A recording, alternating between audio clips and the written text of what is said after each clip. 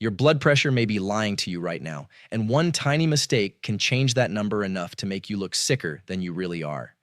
If you want to stay healthy and independent as you age, hit that subscribe button right now.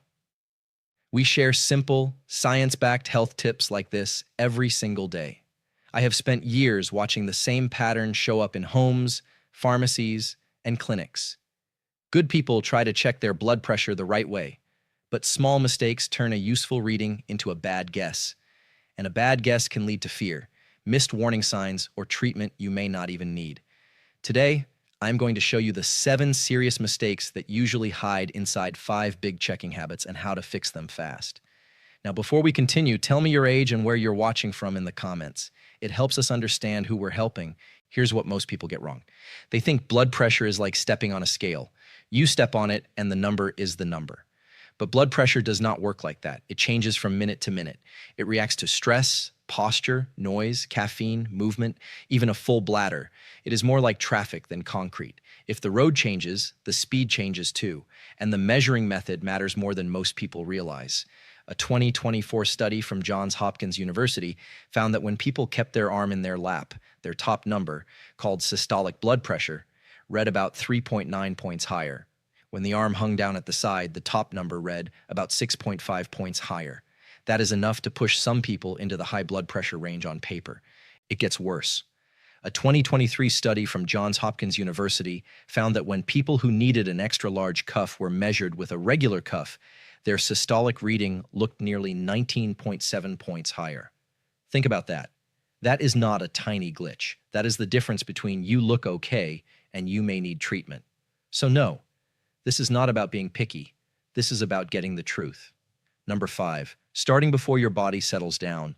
This one hides 2 mistakes. The first is checking too soon after coffee, smoking, exercise, or rushing in from the car. The second is sitting down and checking right away without giving your body 5 quiet minutes, or without emptying your bladder first. Most people think, I'm sitting now, so I'm ready. But actually, your body may still be in go mode. Here's the thing. Your blood pressure is not just a number from your heart. It is also a signal from your nervous system. That is the body's control system. If you just climbed stairs, argued on the phone, smoked or drank coffee, your body is still pressing the gas pedal. Would you judge the temperature of a frying pan 1 second after turning off the stove? Of course not. So why judge your resting blood pressure when your body is still revved up? Experts quoted by the American College of Cardiology say skipping the rest period can raise systolic pressure by 10 to 20 points. Talking, texting, or using your phone can add another 10 to 15. A full bladder can add 10 to 15 more. In some people, common mistakes together can throw a reading off by over 30 points. That is huge. So what should you do? First, avoid coffee, black tea, energy drinks, cigarettes, alcohol, and exercise for at least 30 minutes before the reading. An 8-ounce cup of coffee often has around 80 to 100 milligrams of caffeine.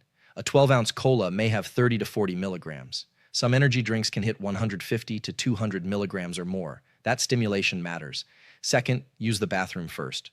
Third, sit in a quiet chair with back support. Fourth, put both feet flat on the floor. Fifth, rest for a full 5 minutes, not 1 minute, not almost. 5 quiet minutes. And during those 5 minutes, do not scroll, do not talk, do not watch stressful news, and do not answer texts. Just breathe. Slow in, slow out, let your body settle. You want your true resting number, not your I barely made it to the appointment number. See the difference? Quick question. Have you ever gotten a high reading right after walking fast, feeling stressed, or drinking coffee? Comment yes or no below. Number 4, using the wrong cuff size. This mistake fools a lot of people because the monitor still works. It inflates, it squeezes, it gives you a number, and you assume that number must be right. But if the cuff size is wrong, the machine can be very wrong. Not a little wrong, very wrong. Think of the cuff like a shoe. If the shoe is too small, it pinches. If it is too big, it slips. Either way, the fit changes everything. A blood pressure cuff works the same way. It has to fit your arm, not just your machine. A 2023 study from Johns Hopkins University found that using a regular cuff on people who needed a small cuff made readings look lower. But using that same regular cuff on people who needed a large or extra large cuff made readings look higher. For people who needed an extra large cuff, the top number read about 19.7 points too high with the wrong cuff. Let that sink in. One wrong cuff changed a normal-looking reading into a stage 2 hypertension reading. And a 2024 study from the Johns Hopkins Bloomberg School of Public Health found that about 6.7% of U.S. adults, around 17.3 million people, have arms that do not fit the standard cuff sizes sold with many popular home machines. Among Black adults, the mismatch was nearly 12%. So if your readings never make sense, this may be why. How do you fix it? First, use an upper arm monitor, not a wrist monitor, unless your doctor specifically told you otherwise. Second, measure your upper arm around the middle, halfway between your shoulder and elbow. Third, check your monitor manual for the right cuff range. Many standard cuffs fit arms around 22 to 42 centimeters. Some people need small, large, or extra large cuffs. Fourth, if the cuff barely closes, overlaps too much, or feels wrong every time, stop guessing and check the size. And let me be clear, do not buy a one-size-fits-all device and assume you are covered. Not always. Also, if your home machine is old, cheap, or never validated, be careful. A 2020 study led by the University of Oxford found that 40% of testable home monitors in that sample were not validated, and 12% of cuffs failed testing. In simple English, some machines people trust at home are not earning that trust. Before we go further, if this is making sense so far, hit that like button. It tells me you want more videos like this. Number 3, wrapping the cuff over your clothing. This looks harmless. You do not want to roll your sleeve all the way up. You are in a hurry. The room feels cold. So you slide the cuff over a shirt or sweater and hope for the best. Most people think cloth is thin, so it should not matter. But actually, cloth changes pressure in ways you cannot predict. A 2024 study from Asuta Ashdod University Hospital found that clothing could create a median absolute difference of about 7 to 8 points for the top number and about 5.5 points for the bottom number, called diastolic blood pressure. In some people, the difference was much larger. That means the reading may not just be a little off. It may swing enough to confuse the whole picture. Why does this happen? Because fabric is not skin. Thin cotton, thick knit, rolled sleeves, tight elastic, and layered cloth all change the way the cuff squeezes your arm. It is like trying to measure the size of a book with a towel wrapped around it. Can you still get a number? Sure. Can you trust it? Not fully. Here's the simple fix. Put the cuff on bare skin, always. If you are wearing a tight sleeve, do not just shove it up and create a tourniquet above your arm. That bunching can affect the reading too. Instead, take the arm out of the sleeve or wear a short sleeve shirt when you plan to check at home. If you are in a clinic or pharmacy, ask for a moment to uncover the arm properly. That is not being difficult. That is being smart. And if you are checking at home every morning, make it easy on yourself. Keep the monitor in the same place. Wear the same kind of loose sleeve or short sleeve. Remove obstacles before you start. Why create a problem you can prevent in 10 seconds? Number 2, sitting the wrong way and letting your arm float. This is another 2-for-1 mistake. One part is your body position. The other part is your arm position. Most people focus on the cuff. Very few focus on the chair, the feet, the back, and the arm. But those things matter a lot. Let's start with your body. If you are sitting on the edge of a bed, perched on an exam table, crossing your legs, or dangling your feet, your muscles are working. They may not feel like they are working, but they are. And when muscles work, blood flow changes. Your reading changes too. Not because your heart suddenly got worse, but because your position changed the test. Now the arm. Your cuffed arm should rest on a table or pillow at heart level. Heart level means about the middle of your chest, not down in your lap, not hanging at your side, not lifted by your own shoulder muscles. If you hold your arm up yourself, your body tenses. If the arm hangs down, gravity joins the party. Either way, the number can climb. This is where that 2024 Johns Hopkins University study matters so much. When the arm rested in the lap, the top number rose about 3.9 points and the bottom number about 4 points. When the arm hung unsupported at the side, the top number rose about 6.5 points and the bottom number about 4.4 points. That is enough to change how a doctor sees your health. So here's the correct setup. Sit in a real chair, back supported, feet flat, legs uncrossed, knees relaxed, arm resting on a table, folded towel, or firm pillow, palm facing up, cuff centered on the upper arm, middle of the cuff at chest height. Then stay still. No chatting, no waving the free hand, no laughing halfway through. You want your body quiet and your arms supported like a camera on a tripod, not shaking in your hand. What if you are at the pharmacy and the machine is built wrong for your height? Skip it if you cannot sit properly. What if you are on the bed at home? Move to a chair. What if the table is too low? Use a pillow. Small fix, big difference.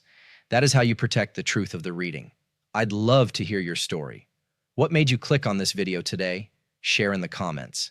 Number 1, trusting one reading like it tells the whole story. This is the biggest mistake of all.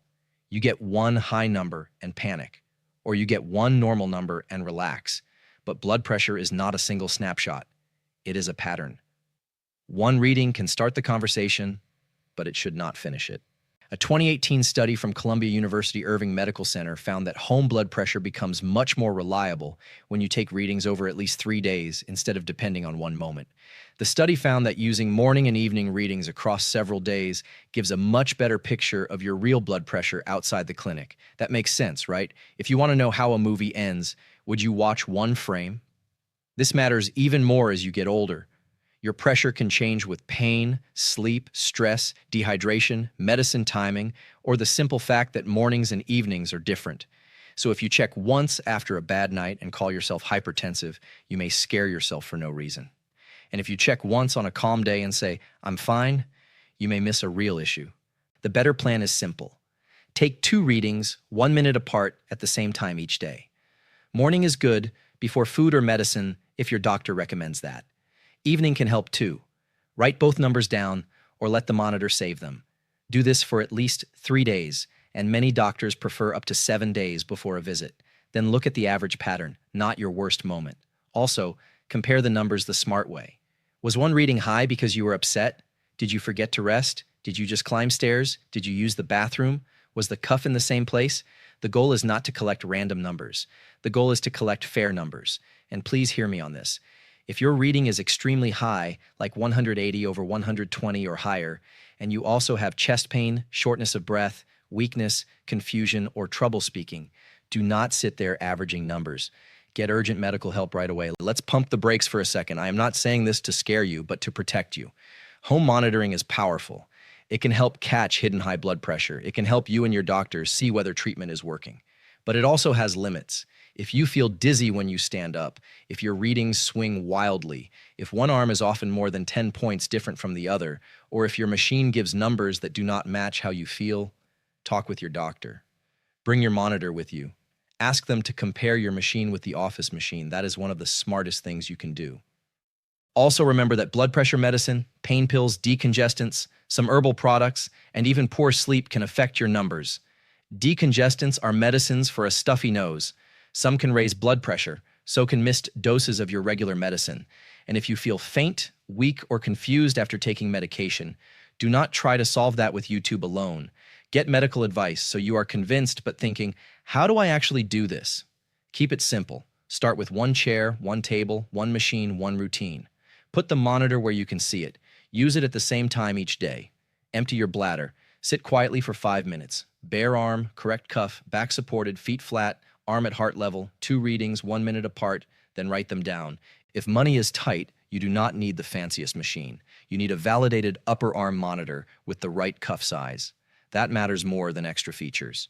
If your arm is larger or smaller than average, spend your effort on getting the cuff right first.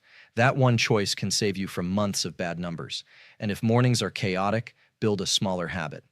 Put the cuff next to your pill box, or next to the chair where you drink water after waking up. Not a huge routine, just a repeatable one. Health gets easier when the setup is easy. Look, there is a lot of noise out there. People make blood pressure sound mysterious, but it does not have to be. You do not need to overthink this.